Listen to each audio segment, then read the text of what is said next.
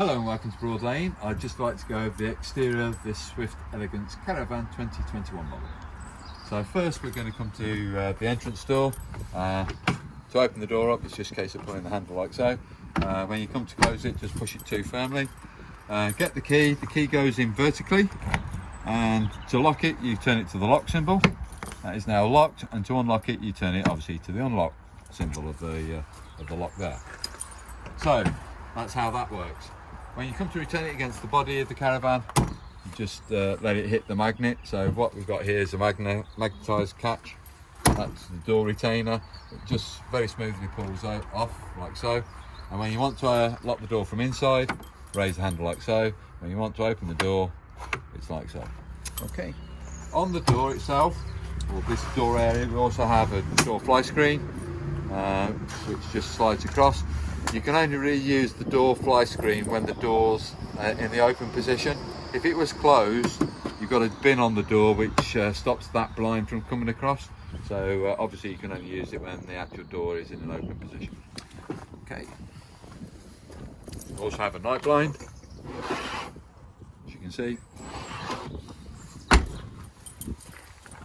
Slightly further on down from the door, we've got an external 230-volt socket, which is just a case of lifting it, and there's the 230-volt socket. It's got a foam rubber sponge around it, so that if you do lock a plug in, it is going to be waterproof. All right, so that's just there, and the cable comes out through the bottom. This is just giving us access to the underlocker space. I mentioned about an alarm system on the vehicle when we did the inside. That's the alarm box there, just to point out where it is. And carefully just close those doors to, and again with the key just turn it through 90 degrees on these. It's a one key operation for that. What we now come to is the gas barbecue point. We should have a chrome nozzle which goes into this brass union. When the chrome nozzle is inserted, this knurl section here just shoots slightly forward to that shoulder and locks the nozzle in place. To release that nozzle after you finish using it, you just push that back like so, and the nozzle shoots back out in your hand, or obviously with the rubber hose. You can only turn the tap when the nozzle is actually inserted. If the chrome nozzle isn't present, you can't rotate that, therefore nobody can actually turn that on and have gas coming out unexpectedly. Now in the gas locker at the moment we have got a lot of other equipment, so apologies because you are going to see it with some of the extras that come with the vehicle, because this is where we keep these items. So it does have mains cable, it does have external water supplies, it does have a wheel clamp. That's a wastewater container, I believe, and that's the dealer pack and a step, and at the moment we have got a gas bottle in use. This gas cylinder comes through one singular bulkhead regulator, so you can only have one gas cylinder connected at any time. There's not a provision for a second connection coming off the side. That is what we call a duo system, but this is just a single gas bulkhead regulator. And just on there, just where my finger's pointing now, there's a reset button. If it's protruding out, you need to push and hold it in for about 5 to 10 seconds, and that then is the reset. And basically the little label here tells you something, there it is there, on about resetting it, etc, etc. So that's just the reset button on that. And normally with the Swift product contained within this pack, they provide their own hose tail. So the pipe that we use in here is just one of our Broadlane standard rubber hoses. On the ones that are provided from the manufacturer, which will be fitted on this vehicle, it's got a crash sensor built into it, so that if you've got to turn your gas supply off and you're involved in an accident, the sensor senses the shunt of the accident, and it turns automatically the gas supply off. So that's a feature that's quite important these days, that is standard on this vehicle. So to unlock this again, it's just a 180 degree turn on this particular lock now. Alright, so I'll just do that. So that's locked, that's unlocked, and then you rotate that through 90, and what that does is just operate these levers, as you can see. So you've got a 3-point catch, so you've got that arm, this point here, and then this arm here that locks the whole lid door. So it's quite a large lid, but that's no problem. That's how you actually retain that back in place. We've done an exterior demonstration of coupling up of these vehicles. It's slightly different because I think we filmed it on a coachman vehicle, but they're more or less the same system. They've still got the same hitch couplings, they've got very much the same jockey wheel assembly and the handbrake mechanism. Where we are differing slightly is this is just a slightly different put together of the automatic trailer control ATC, but it's still featured on this vehicle, so it's exactly the same thing, it's just in a different format. And on this particular model, on the Coachmans, they have an automatic brake adjustment, where on this we haven't. So that's the only other different feature you're going to find. Coming down now the offside of the vehicle, we do have an outside point to fit a shower, which we're using this type of connection to go into here, and it has a rubber hose and it's in the gas locker that then goes to a shower head, and we could actually swill our boots off, or if we've got a dog that's got really dirty or salty and you want to wash the animal off, or a wetsuit or something similar to that, something just for swilling fresh water to rinse something off, is done through that point externally on this model. So here we've got two more connections which are water pump connections. Okay, so if we just lift this up and if we raise it up to here, it says directly to tank. So because this has got an onboard water tank, I would pull this connection out and put it into that union there. That's what it means. If I'm going directly to the tap, as it says on here, then that's the one I'm using from an outside source going directly to my my system inside the caravan. So going to the boiler and also to the taps themselves. This particular pipe is our own.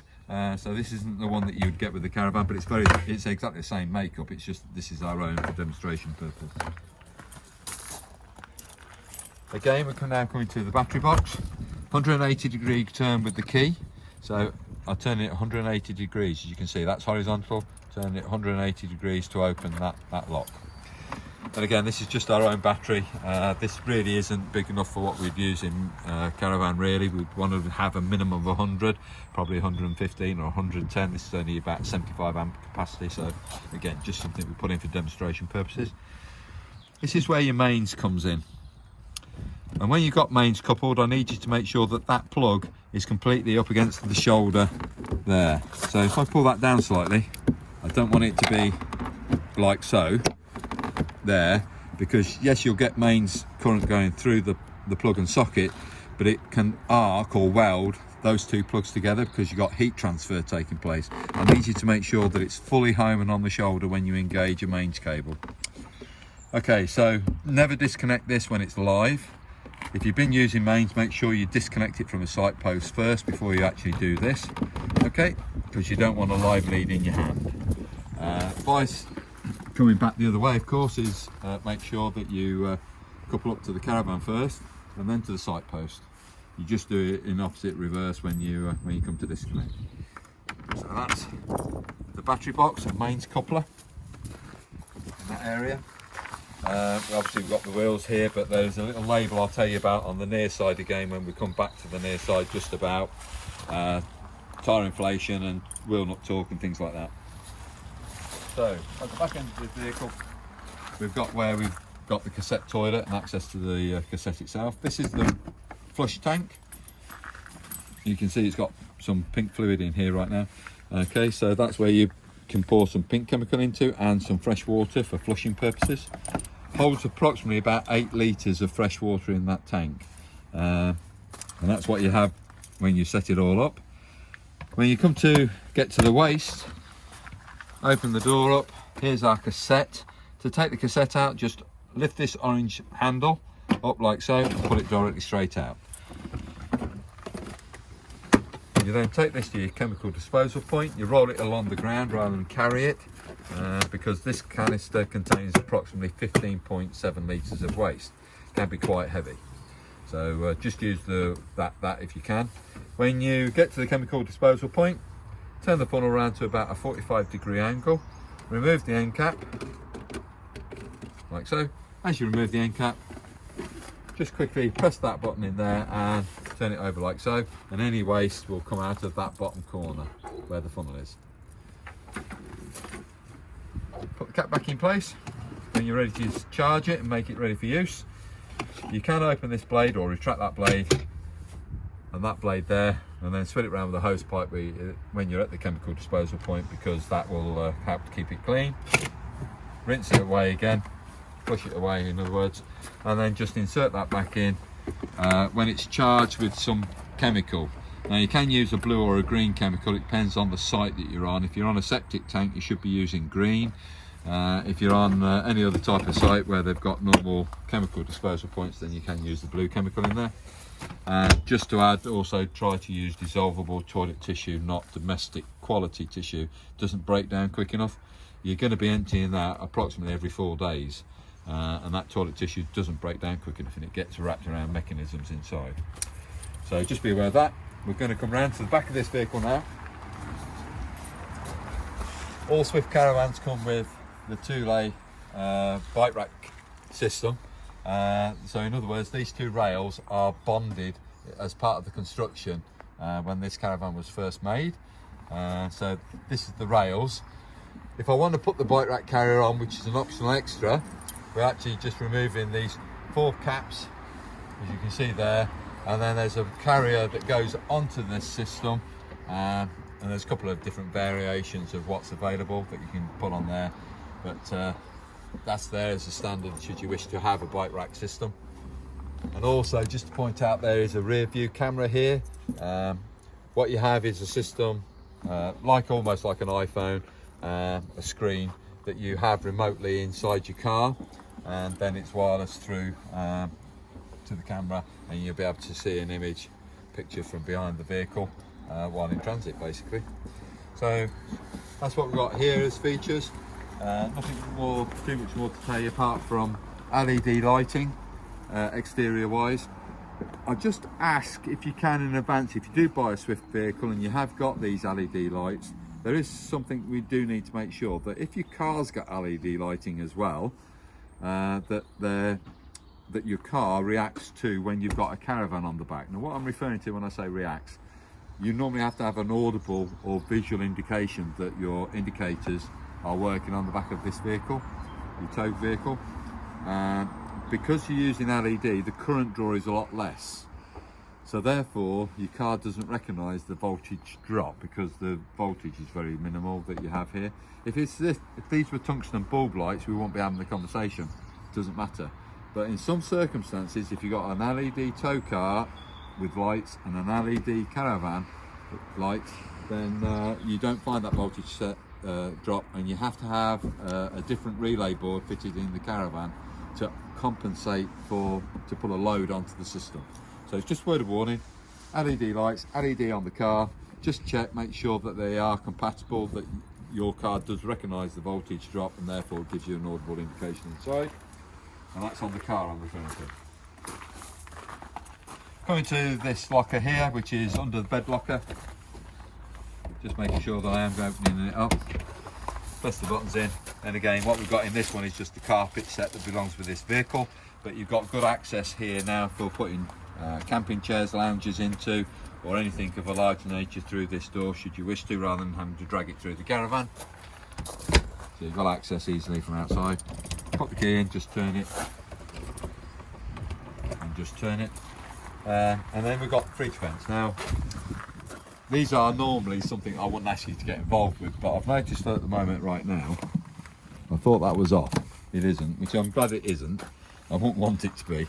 You just need to make sure these are fastened before you go travelling. Sometimes clients will remove these for cleaning purposes because they like to make sure that all the debris is out from behind this area here. Says he. It's not going to come out easily. There you go. Right. So they might want to clean behind here, for instance. They might find dead flies or something like that that's got through the air vent itself. All I need you to do is make sure that if you do remove these, that you actually insert them back on properly. So you've got a lug on the inside frame. These 2 lugs here go into that recess there and that recess there.